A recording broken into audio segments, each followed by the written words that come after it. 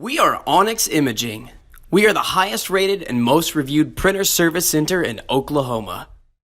Hey there YouTubers, it's your girl Brett over here at Onyx. Today I'm going to show you how to clear paper jam, and I'm working with an HP LaserJet Pro MFP M276nw. So with this printer there's about only two places that you'll see jams. The first one I always like to check is going to be the back.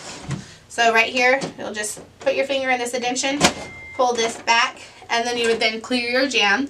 Anytime you're clearing a jam, doesn't matter what printer it is, but you'll need to pull slowly and gently. If you yank and go really fast, you could rip some pieces of paper off inside there or damage some sensors. Both of those will cause more jams.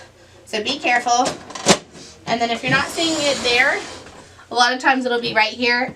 Pretty easy to pull up and out. Yet again, be very careful, go slow. If you're seeing lots of jams, it's probably time to bring your printer in for service. If you're in need of any supplies or quotes, give your girl Brett a call and have a great day. Thank you for watching.